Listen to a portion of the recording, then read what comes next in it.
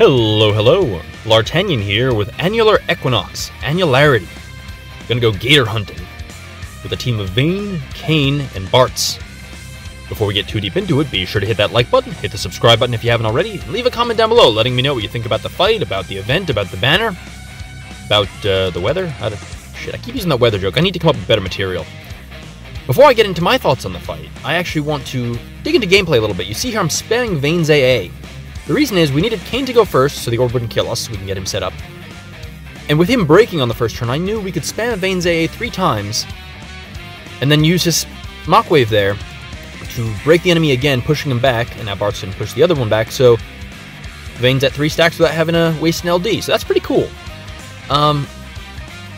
That's kind of a basic Vane thing, but the reason I wanted to talk about it was I feel like it's important, as we're kind of still, amidst garbage time, GL exclusive content notwithstanding, to remember fundamentals and kind of, understand how to kind of play at your best, because you never know when you'll need to, either because of exclusive content or an unexpectedly difficult fight, or even just the eventual jump to Shinryu.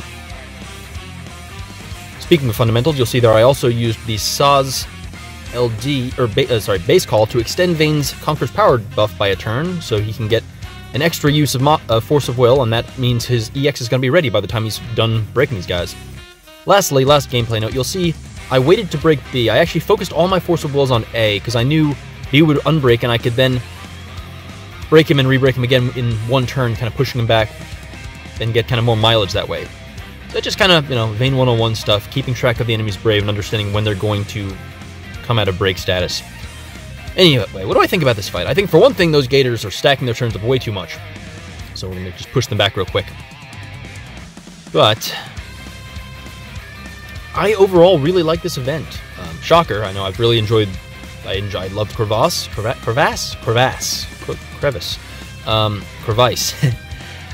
I love that event, and I enjoyed Abyss quite a bit.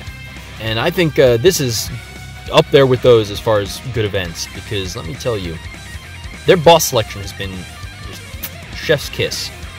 They had some fun stuff for us to fight in the first, in Crevasse, and that was okay.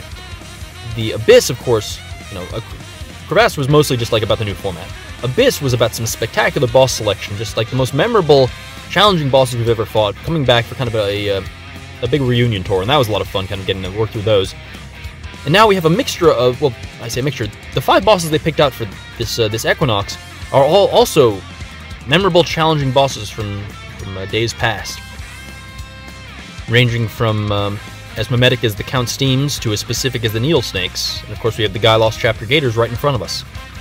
And they, if you didn't know, well, first of all, they'll eat your face. They're very dangerous, but they, once you put them below 80, they start running wild, and they're going to just chomp someone's face off. And they delay themselves, which is pretty handy. And you generally don't want them acting, which is funny, because the last time we fought them, we all just kind of mostly no-boss turned them, and dropped a Gabronth Call, went to town. They're delay immune now, so you have to be a bit more careful.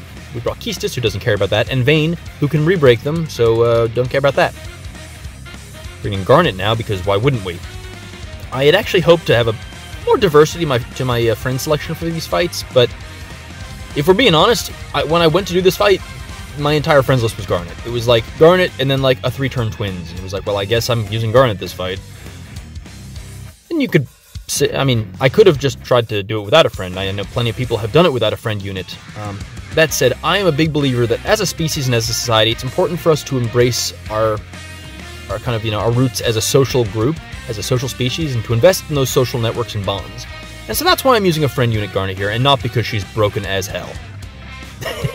Yeah, if you brought that, then I have a bridge I'd like to sell you.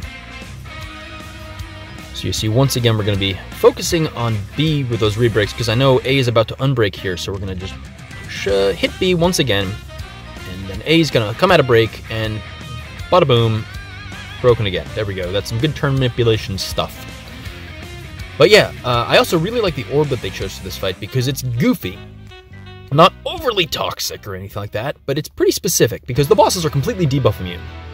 And the orb is, it ticks down by 2 on player or enemy turns, so it counts down real fast.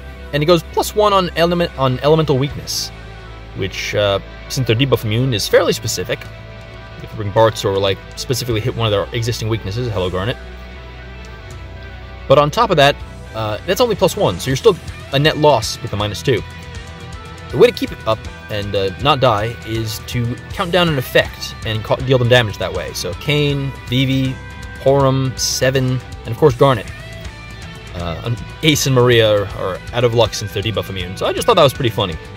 It's also why this team works so well, because they are vulnerable to breaks, hello Vayne, and Kain just kind of lives in the sky and keeps dropping lancets on them and, you know, pushing them back. But pushing the orb up, I should say, not pushing them back. Wada-boom, we got the double Garnet Eidolon attack during the burst phase, that feels perfect, we lined that up great. Overall, it's good times. I have to say, Vayne has been really just killing it in this event for me. I mean, you know me, I love using Vayne to begin with, but here, Blue Greatsword fit perfectly into Crevasse, and now here we have multiple fights vulnerable to re-break. These guys, and I want to say I forget who else. One of the other, I think, oh yeah, the Eldnarsh Rhinoceros Beetle guy is also undelayable except for breaks when his minions are up. So Vayne has just been eating lately, which is great. You'll love to see it. Alright, Kain, back to the sky with you. But, yes, that about does it. I mean, these guys are very dangerous if you let them act, and I think a lot of teams are going to have to be forced to let them act because of that delay immunity. But, and launch immunity too, sorry Reigns. But I'm sure people are going to come up with fun and creative ways to clear this stage without it being overly restrictive.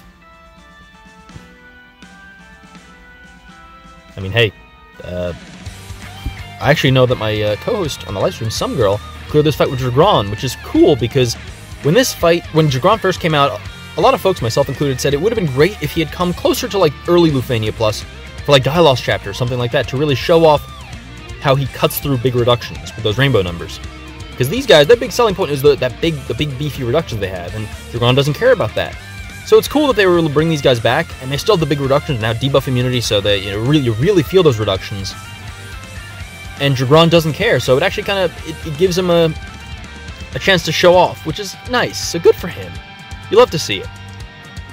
We're gonna go ahead and close this out real quick. Drop an EX, do some damage, and here is the another Bl'Art teaching moment for you. I didn't actually know whether this would work, but it turns out the summon damage can actually kill enemies. So there you go. You can kill an enemy with that. I don't know if you can kill the final enemy. I don't know if it's like a burst phase thing where the last one hit has to be you, but now you know summons can kill things. More you know. Anyway, thank you for watching. I hope you enjoyed, and I will see you in the next video, which will be one of the other stages from this event. I think I'll post all of them so you can see what I did. Anyway, thanks for watching to the end. Hope you enjoyed. Adios.